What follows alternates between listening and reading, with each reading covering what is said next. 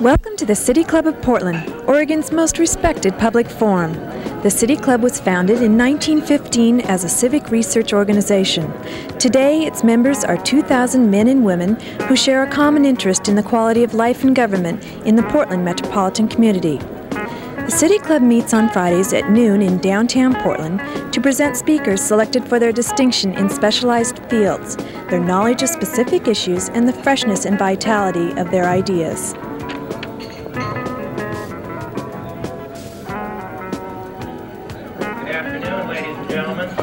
And now, the club's presiding officer will introduce today's speaker, Terry K. Olson.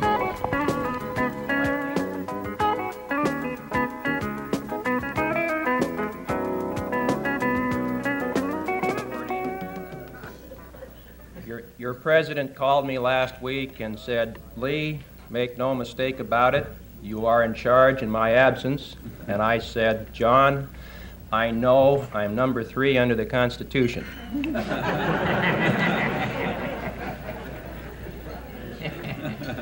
Now, as my first act as Imperial Wizard, I'll suspend the Constitution and proceed to the business at hand. We have some new members today at the head table. On the far right, John Flanagan, Technical Training and Development, Pacific Power and Light, sponsored by Bob Holdridge. John? Next, Helen Goodwin, Planning Coordinator, Portland Action Committees Together, sponsored by Henry Jacobson. Helen?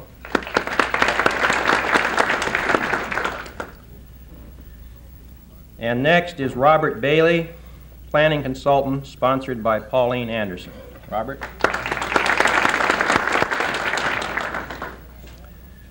Our board host today is on my far left, Bill Durker. Bill?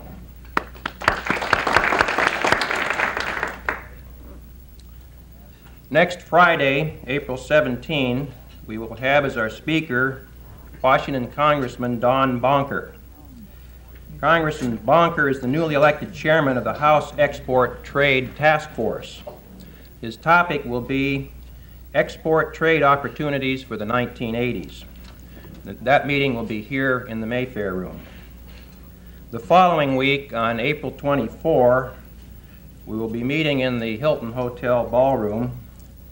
Our speaker will be Mary Dent Crisp, whom some of you may recall as the former co-chairman, it says, but perhaps it ought to be person or something else, co-chair of the Republican National Committee. And she will discuss moral imperialism in the defense of civil liberties.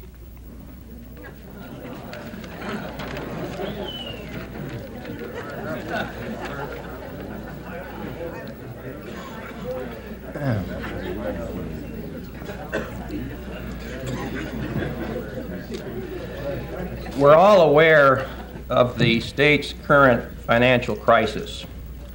Today, we're going to focus on one very important institution that is definitely in the line of fire as far as budget cutbacks, and that is higher education. And what we're facing, I think, is a threat of permanent impairment if we continue the kind of monetary cutbacks that are now being proposed. On a local level, we've all heard Dr. Joe Blumel tell us that the cutbacks that have already been implemented at Portland State, and which they're being urged to consider in terms of further reductions, if they become permanent, are going to cause a permanent impairment of the scope and quality of higher education at Portland State University. And of course, we're on record 3 or 4 years ago with our City Club report, which came out in favor of stronger state support for higher education at Portland State. Clearly, our aspirations are threatened if these budget cuts continue. We can't be narrow-sighted. What's true for Portland State is true for the rest of the entire state. And we're talking about something on the order of 60,000 people who are now being served as students of institutions of higher education. In my view, I think we're really facing a very broad and fundamental question. Are we prepared to make the financial sacrifice to preserve and maintain an enlightened society? And I think it's especially pertinent in this time of economic transition which we're going on in our state. I think we're going to have to look more and more to services and to the training of individuals to sustain our economy and well-being. Our speaker has posed the question a little differently. Who will have access to higher education? Terry is the director of the Educational Coordinating Commission. Well, that's kind of a unique Oregon animal that advises the executive branch and the legislature on matters affecting all of public educational activities, right from the kindergarten up through postgraduate. And it acts almost entirely in an advisory capacity. So it has a great capacity to know a lot of things. It also, I think, absorbs a lot of punishment. And as Terry tells me, if it's a good idea, they don't get credit, and if it's a turkey, they do. Terry's background, after completing his college education at Linfield and a PhD at the London School of Economics, includes teaching for 2 years at Montana State University. He served as legislative assistant to Senator Maureen Neuberger for 3.5 years, department chairman and assistant to the president of York University in Toronto, Canada for 8.5 years. He was a public affairs commentator for Canadian Broadcasting Corporation and has been the executive director of the Oregon Educational Coordinating Commission since January 1975. And now to describe the question and its ramifications, and I hope give some answers that will be enlightening, I turn the mic over to our guest, Terry Olson. Terry?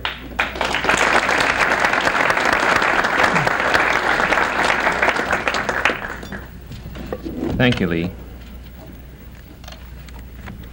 Very sobering for me to be here. I have my ex-boss, Jebby Davidson, sitting down in the audience, and my current boss, Jim Meyer, both as chairman and ex-chairman of the commission, plus other members of the commission, plus a lot of the educational establishment I see out there, which often has devoutly held views about the work and wisdom that comes out of our commission.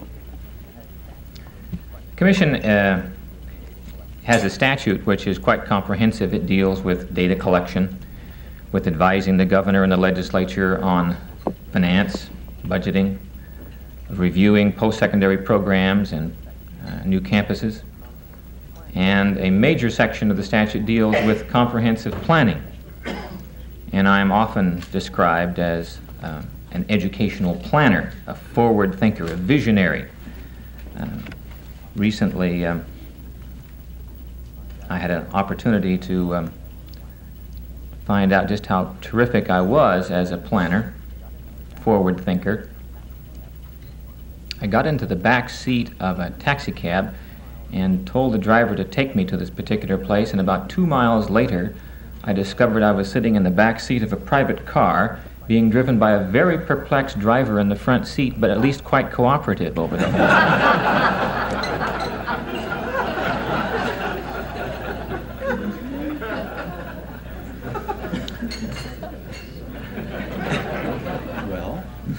Then recently I was introduced with a very flowery introduction at a banquet about forward thinking and planning, which I appreciated very much and blushed modestly. Then after the banquet I had a need to find the room with the porcelain facilities, and went in and discovered that I'd put my long johns on backwards. So planning is not always my long suit, or long john in that case. The question at hand, which is finance in education in Oregon and what it means in terms of institutional and social life. If you believe that education is really a transforming agency in life, then you'll take it as being one of the most significant items that I suppose we'll face in certainly this biennial decision about funding. Because we are facing a financial crisis of major proportions. We got into this fiscal crunch because we used most of our one-time revenues, surplus, on continuing expenditure obligations in 1979, and because we did not anticipate that the state economy would go so sour so quickly. We started the 79-81 biennium with $320 million in the state kitty before we collected a kopeck from you, the taxpayers. We had $200 million in over-realized tax collections left over from the previous biennium. That's a legacy of why inflation is the tax collector's best friend. We also had $70 million in reversions from state agencies that had budgeted but not spent the money during 77-79. And we also had $52 million in federal revenue sharing funds. We as a state had grown accustomed to large revenue increases each biennium from 30 to 40%. And our expectations for this biennium were no exception. However, the 79 legislative session was dominated by a single issue, the issue of taxes.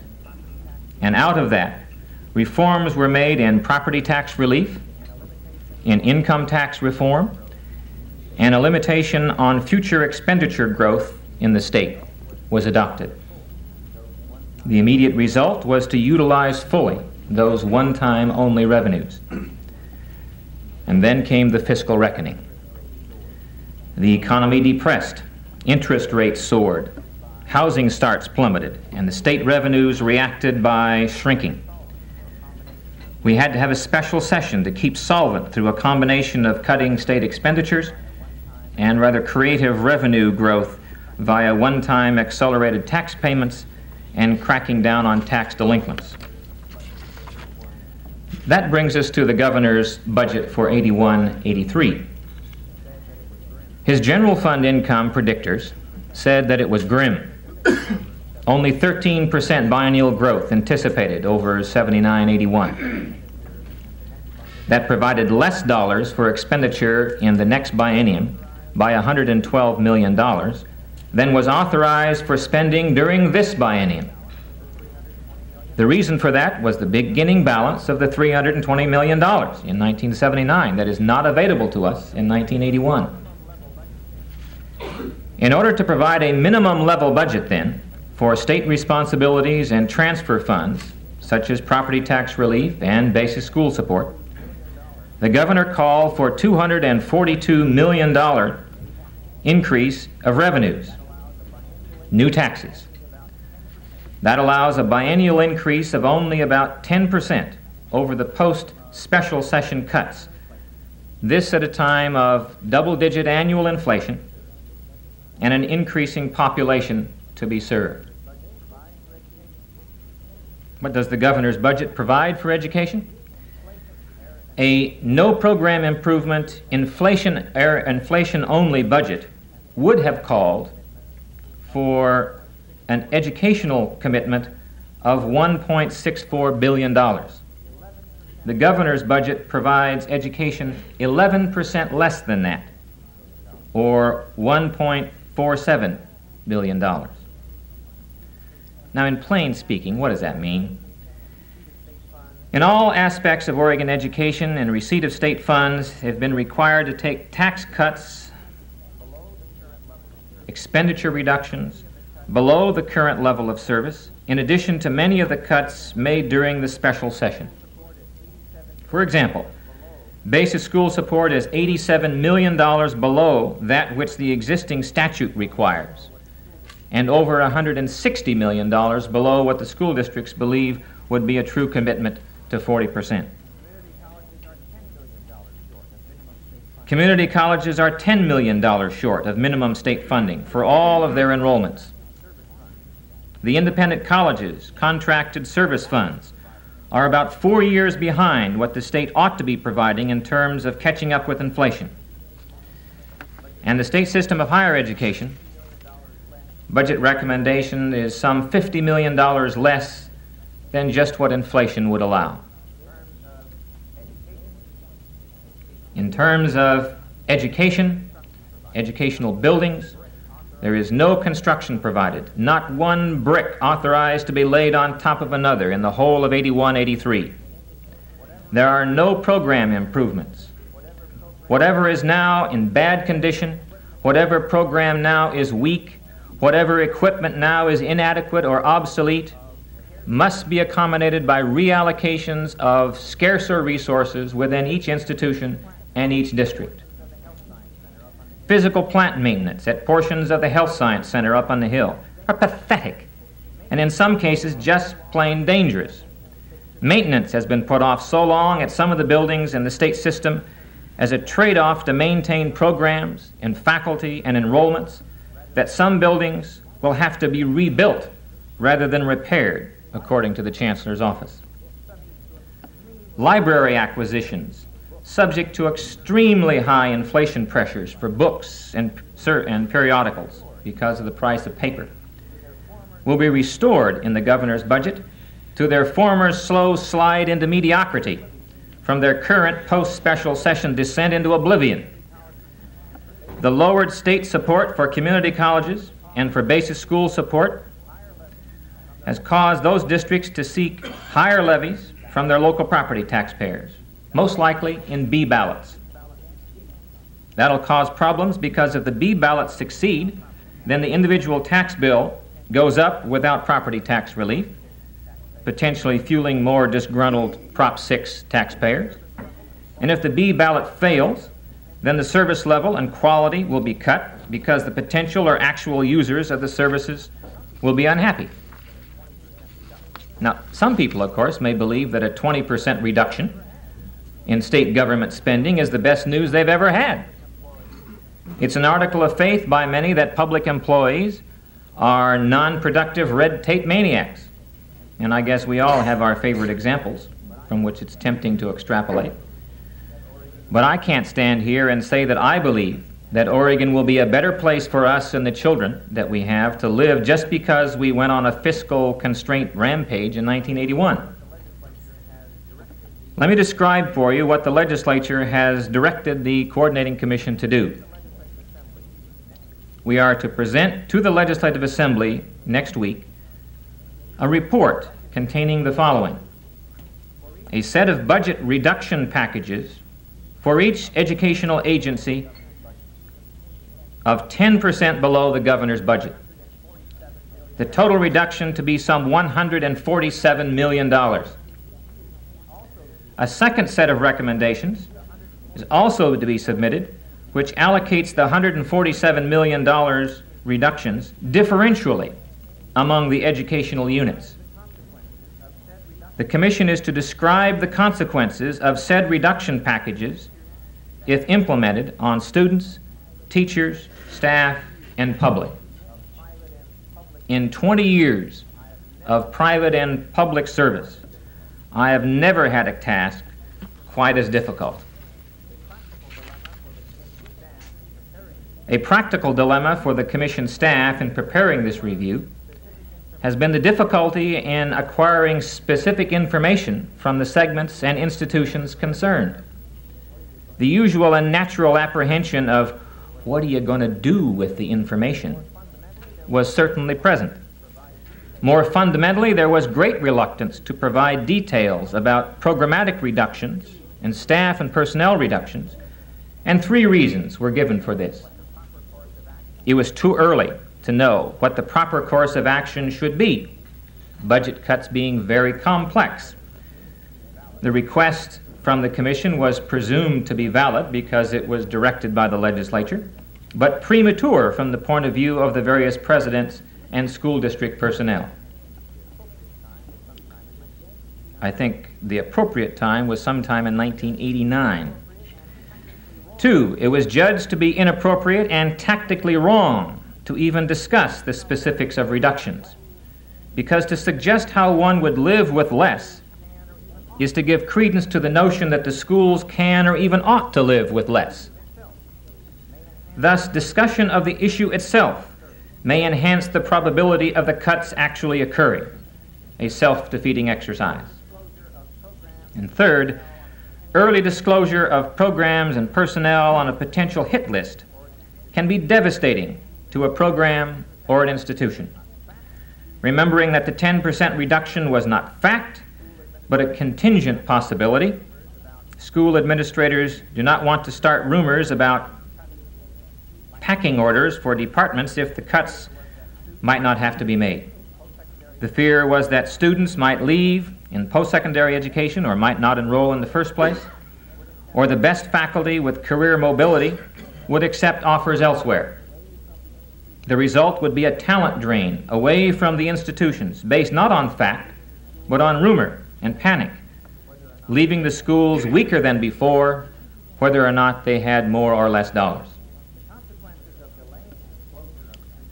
The consequences of delaying disclosure of specific reductions within the state system of higher education are instructive.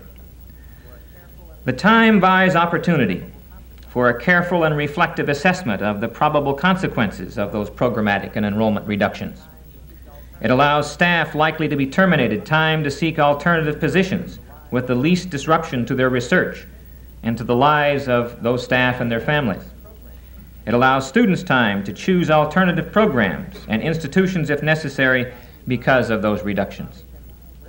It buys time in case the economic and revenue picture improves so that less desirable permanent changes scheduled to be made in education can be postponed or avoided. It avoids much of the distress caused by the Bloody Sunday fiasco last summer, in which the hit list institutions and programs were identified for elimination or mothballing if budget reductions of a major magnitude were required by the 1980 special session. That minimum consultation and maximum publicity circus lesson has been seared into the soul of the board's office. No one wanted to be accused of crying wolf, and neither did they want a repeat of the personal and institutional anguish caused by early identification of program reduction candidates due to speculation about revenue reductions. But on the other hand, the failure to identify specific programmatic activities at the institutional level as likely candidates for reduction or elimination results in the legislature not knowing the consequences of proposed cuts in the state system of higher education prior to the decisions on the budget, an invitation for them to buy a pig in a poke. The legislature cannot assess the public interest impact of options available to the institutions and to the board if the information is not available before they go home. If the board only has to report back to the 1983 Legislative Assembly, it'll be very difficult to effect a change of priority after the fact, a consequence which might have been avoided with early warning. The legislature will not know the impact on other educational segments of the decisions of the state system of higher education, even though those decisions might have significant financial, enrollment, and policy implications for those other segments. Additionally, other segments will want to have as much lead time as possible to either accommodate to or try to amend state system of higher education decisions which might affect them and their students. Examples of this can be a significant increase in the number of lower division collegiate students barred from the state system of higher education because of the budget reductions and seeking community college services. 2, high school curriculum and student performance expectations affected by possibly increasing the admission standards at one or more of the state system institutions as a device for controlling admissions and enrollment. 3, community colleges and independent college services affected by increasing the grade point or course requirements for transfer students to the state system of higher education in response to their efforts to reduce enrollment. 4, how community college and independents would react if the state system reduced part-time student enrollment, particularly in the Portland area. If Portland State has to substantially reduce the part-time enrollments, And 5, the consequence of reducing or eliminating career ladder programs, which build in the state system on community college programs.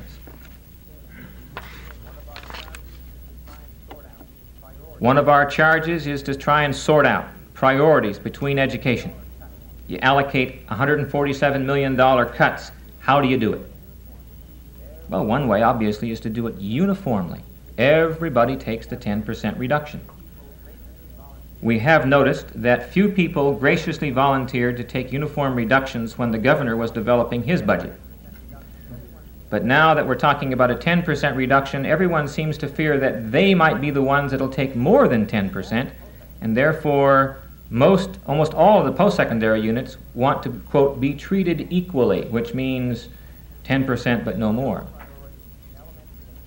How do you sort out the priority between elementary and secondary, which is a constitutionally mandated, compulsory school system on the one hand, and a state-owned, state-run, lock, stock, and barrel state system of higher education on the other, and the community colleges in the middle who serve the largest number of post-secondary students in the state? The Commission priority for enrollment funding has been elementary and secondary education. In the current reduction crisis, the immediate issue is what form that priority should take. The most obvious action would be to retain the level of basic school support provided in the governor's budget.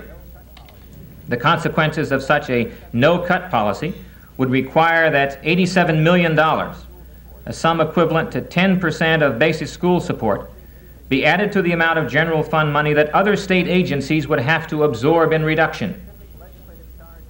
In the case of the specific legislative charge given to this commission, any funds not cut from basic school support must be passed on to the rest of education for much deeper reductions in their budgets. The 10% reduction figure for all the rest of education, other than basic school support, is $60 million. The price of priority for basic school support would be a 145% increase in the reduction target for the other educational agencies.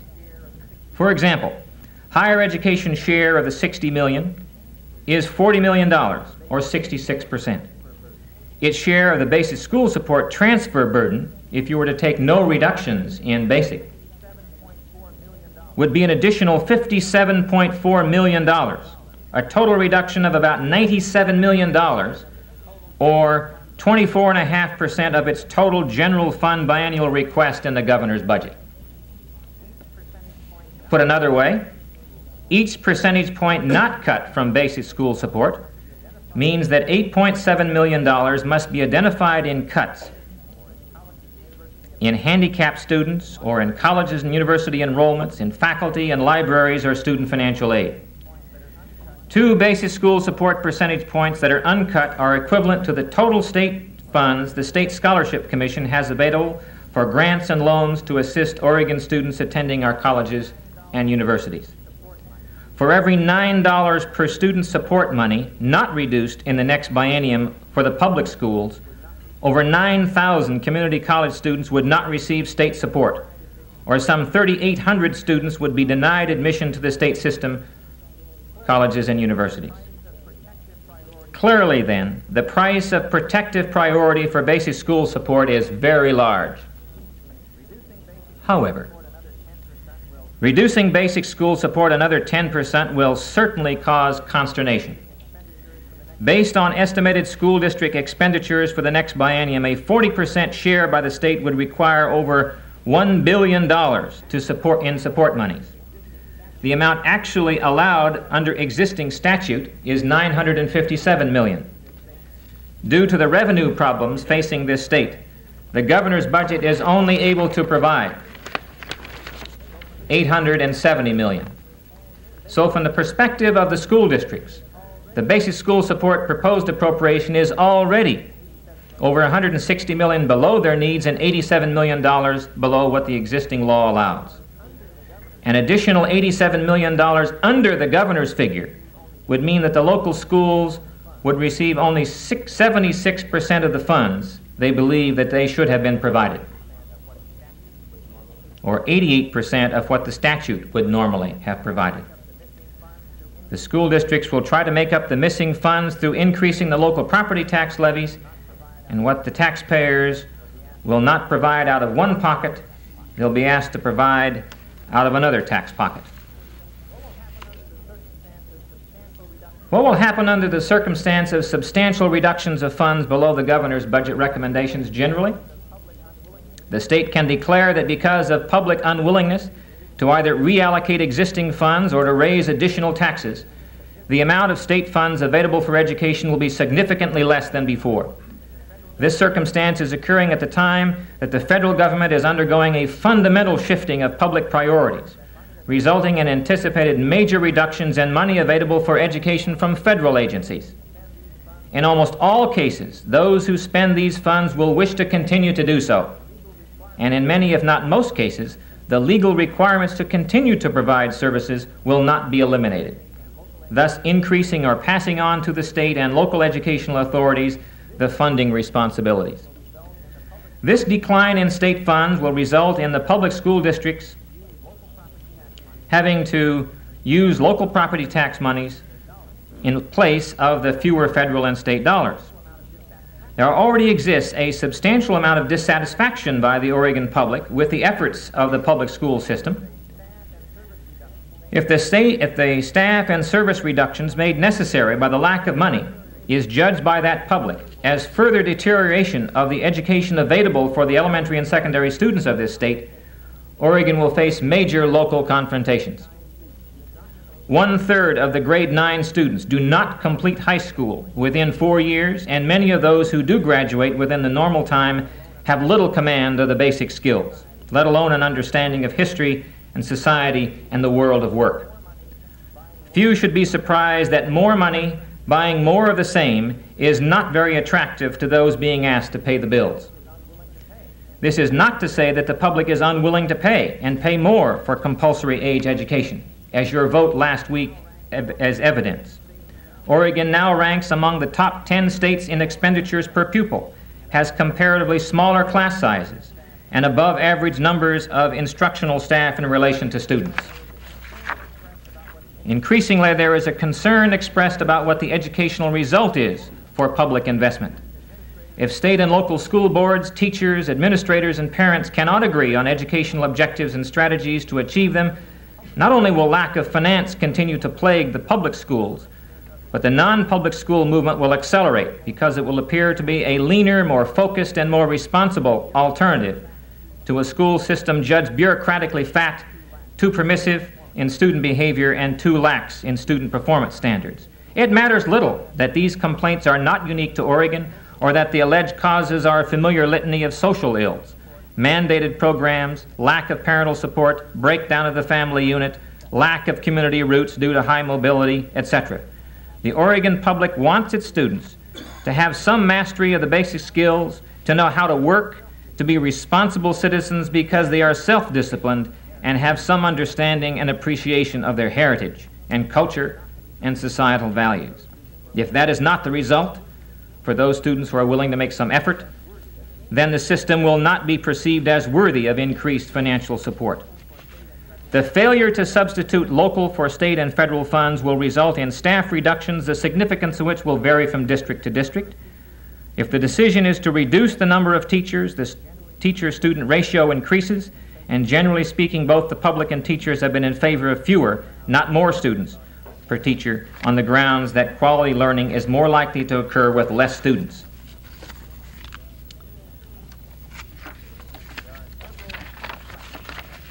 There are several key questions that were addressed in our budget reductions. One is the crunch long or short term? That is this something to be weathered for 2 years, with restrictions likely only to be applied to 1981-83, and then restorations made in 83-85? Or will the decisions made now by the legislature and governing boards in response to the revenue problems require major and perhaps permanent changes in institutions, enrollments, program availability, and role and mission? The Commission has answered yes to the latter. We believe that it is long-term, The dollars are not there, both state and federal. We don't believe that you can get away with trying to make any program qualitative improvements if you just sit there and hoping, praying that it'll go away in 2 years. Should the reductions be a uniform 10% below the governor's budget for all segments on the grounds of, quote, equity, or should the cuts represent some state educational priorities? That's the toughest one, I think, that the Commission has faced, for the reasons that I've already tried to explain to you. I think they're going to come down. They're making their decisions this weekend. I think they're going to make their decisions based on a priority of differentiating funding between the institutions. How firmly committed are we as a state to continue our current practice and policy of high access and enrollment at our post-secondary institutions? The state system is quite candid in answer to that one. Less state dollars means less faculty means less students. It's perceived as a quality issue. Community colleges find it more difficult to live with this because they have an open-door philosophy of acceptance of all students for whatever their learning experiences are. And to be told that with less funds they're going to have to prioritize, to sort out who can come and who cannot, is very difficult for them to accommodate. And add to that enrollment reductions at the state level, state system level, which are likely to transfer as a result of the high tuitions that the state system is proposing, the lower financial aid that is going to be available for middle-income students, and the community colleges get caught in the middle. They already have 10,000 underfunded students, that is, no state subsidy for 10,000 of their reimbursable students in the governor's budget. You reduce it another 10%, you increase the number of students not receiving a state subsidy of about 35% to 20,000, and you begin to wonder about the capacity of our total post-secondary system to accommodate, and they can only respond if they know what you want. What are you willing to put up with? You have 4 choices. We can cut across the board and guarantee mediocrity and worse. You can cut selectively, eliminating the least essential and leaving the rest, not improved, but at least stop the bleeding.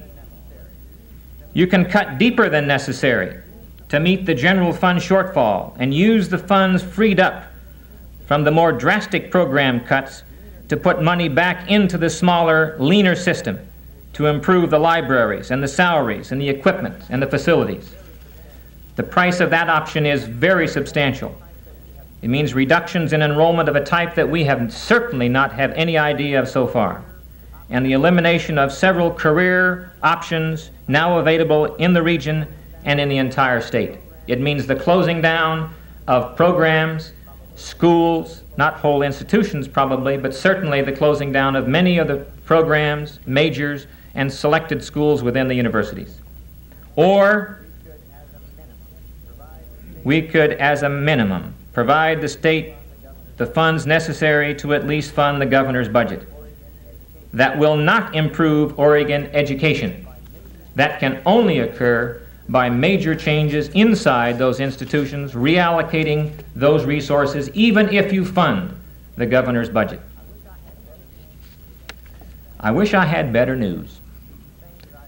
In one sense, the things that I've told you so far are the easy parts, because we still have to make the decisions in the legislature. Fortunately, all I have to do is advise them. I don't have to make those tough decisions. But that's the kind of dilemma we're facing. The state system is proposing to eliminate 7,200 enrollments in the next biennium if they have to take the 10% reductions. The community colleges are faced, as I said, with a 20,000 student shortfall in the number of students funded. The independent colleges are facing a major reduction of funds, and some of the smaller schools use those state funds for contracted services, an essential component of their programs. So if you want to see Oregon education continue to go down in quality, then you can do nothing. The only way that you will see significant improvement is if we collectively give a sense of high priority on the assumptions that people want to have access to their post-secondary institutions. They want to sort out who should attend what institutions for what reasons. We must stop having all institutions be all things to all people. We must have the maximum cooperation between institutions, not only within the same segment. It's amazing how some of the institutions within the same governing board hardly talk to each other, but between educational units, state system, community colleges, high school, independents, private sector. The fastest growing educational sector in America is not the state system or four-year institutions or two-year institutions. It is the private sector. The financial crunch will last longer than this biennium, and we have to accommodate to that. I'll take your questions.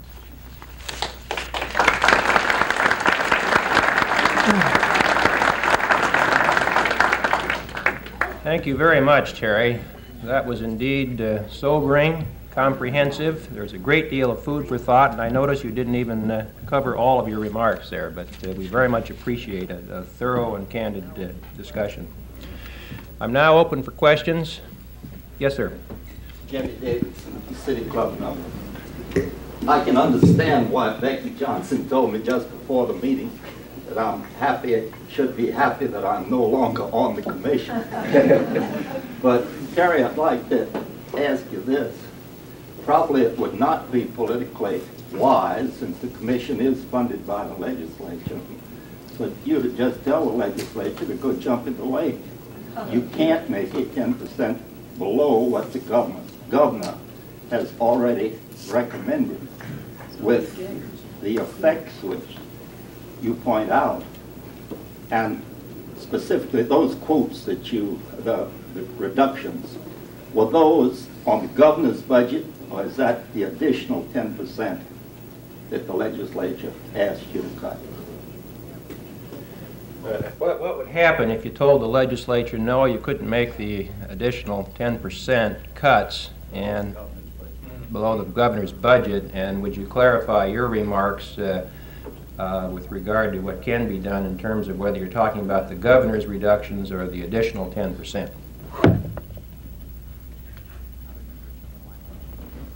I remember some of my more candid presentations to the legislature and the response I've sometimes had. Sure, the commission can tell the legislature that it's out of its gourd in proposing a 10% reduction.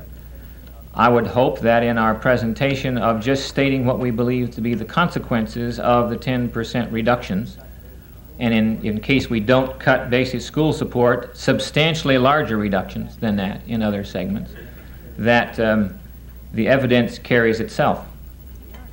But we aren't talking easy money here, friends. There is no grassroots movement across this state to increase your taxes.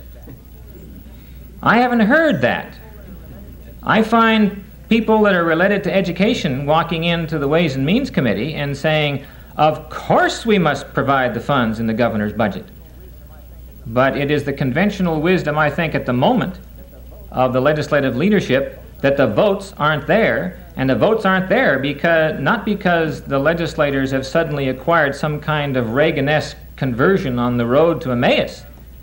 It's because they have decided that the Oregon population is not keen so far on increasing their taxes, and if you have a contrary view, there are a number of legislators that would very much like to hear from you. Certainly there are a lot of other people who would like you to make that known to them anyway. But in terms of the illustrations I gave, I really gave two sets of illustrations. There are substantial reductions, which I enumerated, within the governor's budget, below the existing level of service. And then if you cut 10% below the governor's budget, you end up with a number of other things. But all those things I said, for example, about the physical plant, about the lack of equipment, about the lack of program improvements, all that is with the bare bones governor's budget. And let me tell you, that governor of ours has spent an extraordinary amount of his time going through that budget, piece by piece by piece.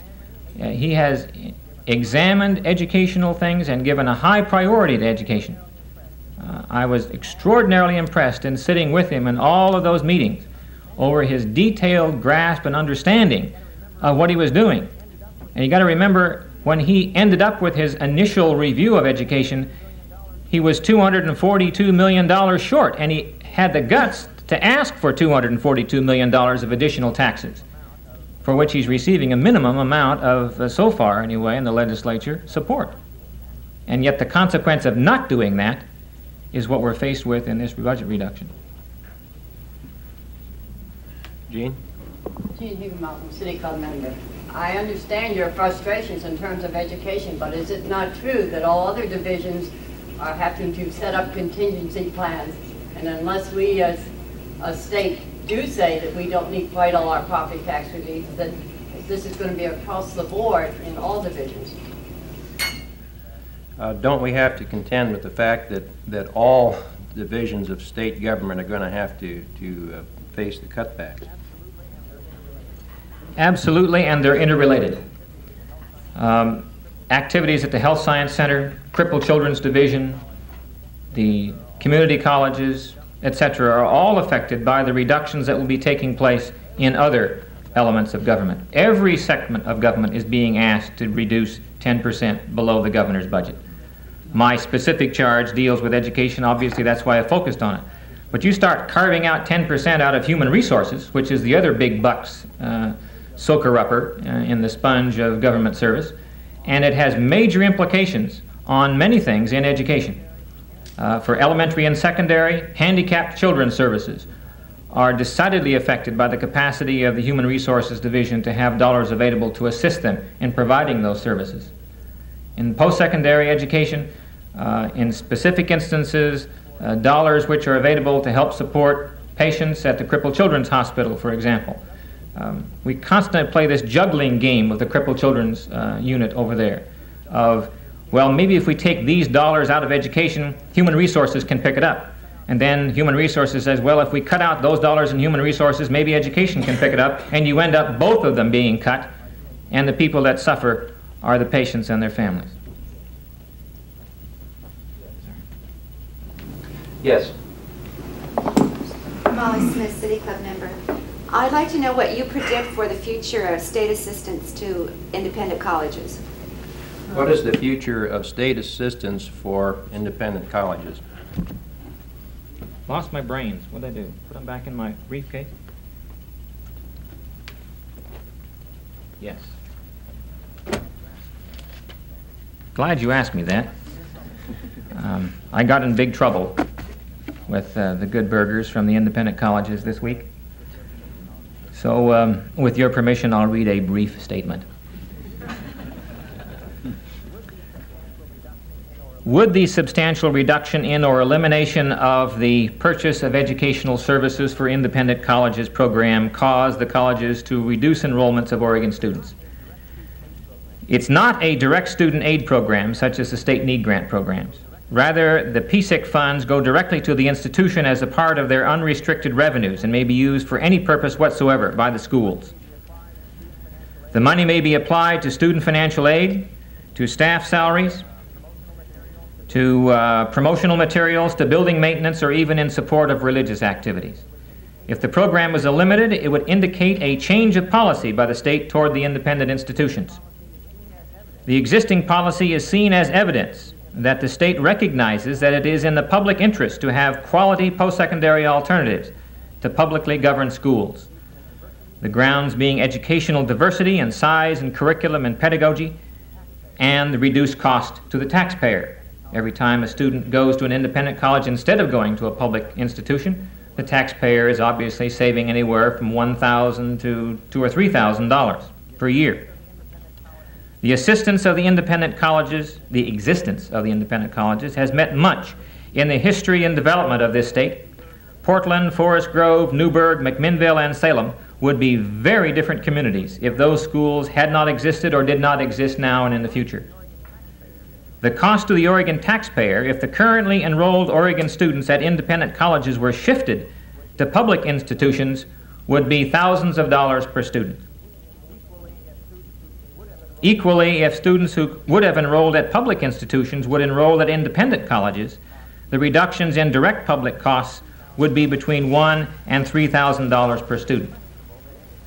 It is questionable that any college would have to close its doors as a direct result of the elimination or sharp reduction of aid to independent colleges.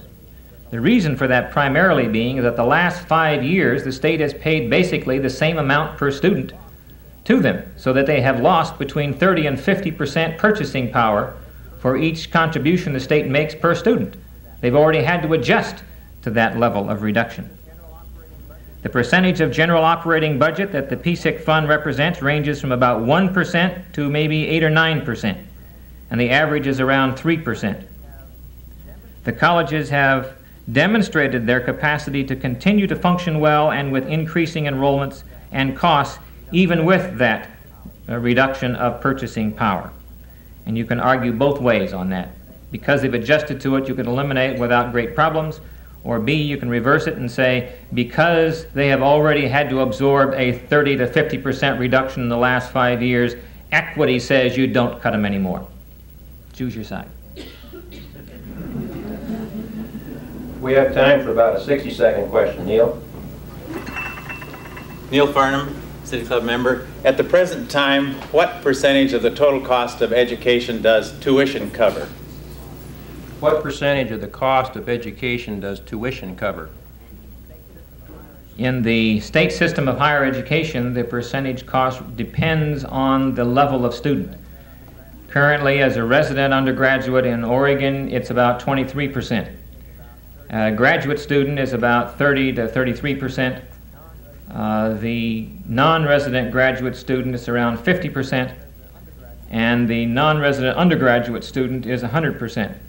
We currently have in the state system the weird anomaly that if you are an undergraduate, you pay a tuition a full cost of over $3,000, and if you stay on for 1 year as a graduate student, your tuition drops by about $1,000.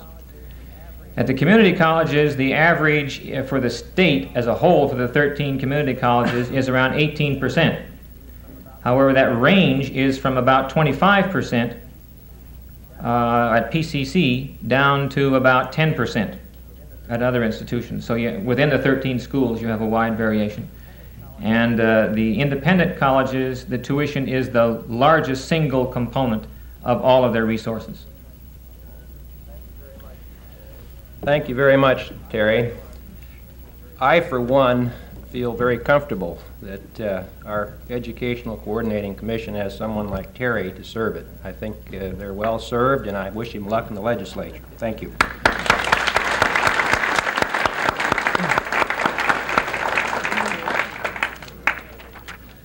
Our meeting next week will be Congressman Don Bonker here at the Mayfair Room. We are now adjourned. Thank you.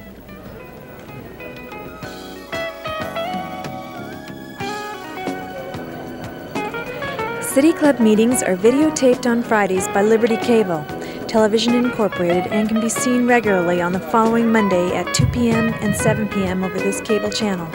This program is intended for the private use of our viewing audience and may not be used otherwise without the expressed and written permission of the City Club of Portland.